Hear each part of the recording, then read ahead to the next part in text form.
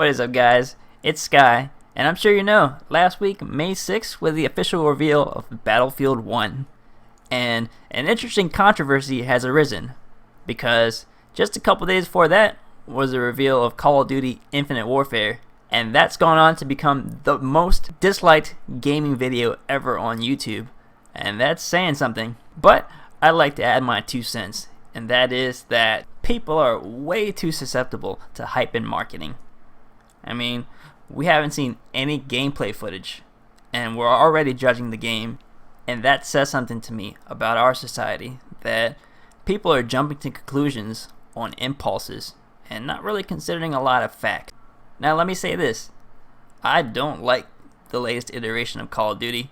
I've abandoned Call of Duty since Advanced Warfare. I mean, I played Advanced Warfare for like a month, and then after that I decided not to get Black Ops 3. Not because I hate Black Ops 3. Obviously, if I wasn't playing Battlefront, I'm going to give it a try, but I don't have all the time in the world. We're judging Infinite Warfare and Battlefield 1 before anything is known about their gameplay, and that bothers me. Okay guys, rant over. Truth be told, I'm pretty excited for Battlefield 1. It looks pretty good, and the reason it looks good is that it appeals to a lot of our sensibilities about fantasy. I think the reason that the latest Call of Duties are failing is because they don't really have any cool premises. It's just some sort of made-up future, and not even that good of a made-up future. They're trying to tell some crazy post-apocalyptic tale that's not really appealing to anyone. The coolest thing about Battlefield 1, from what I've seen, is that it's set in kind of a really nice fantasy setting. You know, it's like retelling the past, but in a really cool way. And I'm definitely excited for some boots on the ground action. No gimmicky advanced movement. The problem with advanced movement is not only is it gimmicky, but it totally destroys map design. I mean, what's the point of having lanes and cover if you can just boost past everything and just flank everyone with a boost jump and just kill everyone with your SMG? And not only that, but Battlefield always has the edge in my book because I'm a fan of vehicle play. It adds an awesome sense of depth and variety to the game. And I also love expansive 64-player battles because they're really cool. And of course, Battlefield also has close quarters modes too for people that like that kind of stuff. The only thing that they hope they can improve on with Battlefield 1 is, and this is a thing that's been a part of the Battlefield franchise ever since its inception, and it's that the whole netcode and hit detection is kind of floaty. Like, I love Call of Duty because it's so snappy. Like, you shoot someone and it's like, bam, you know you shot them. But a lot of times in Battlefield, it's like you're shooting and shooting and shooting, and I'm just kind of shooting in the general area of the enemy, and then the hits register somehow. And I hope it's something that can be addressed in Battlefield 1, but of course, you know, it's tough because it's 64 players, so there's a lot going on, so that probably has something to do with it. I will say this though, that Battlefield 4 has been doing a pretty good job with it. It's definitely a lot better than Battlefield 3.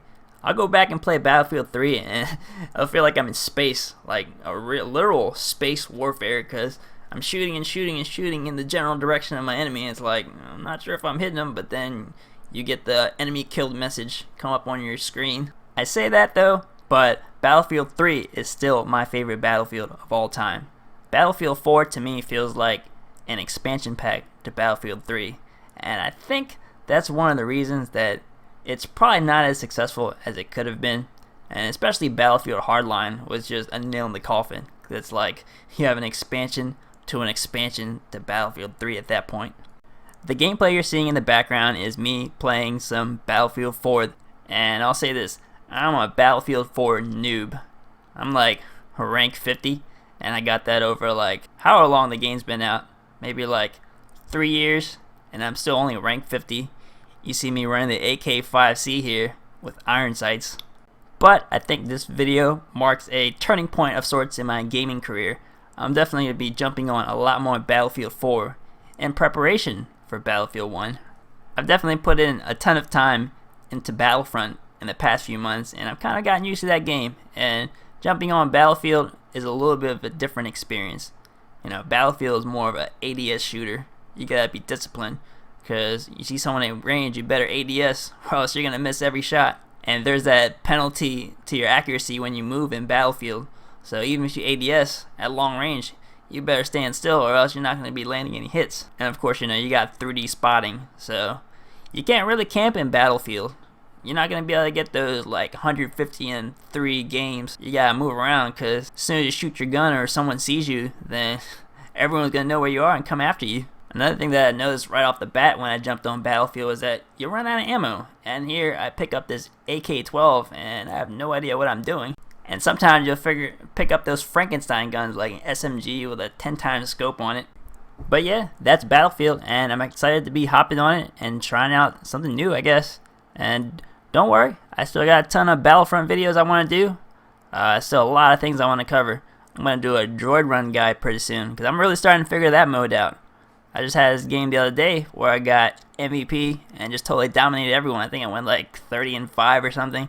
So hopefully, if you haven't tried droid run out, you can watch that video and learn it a little bit.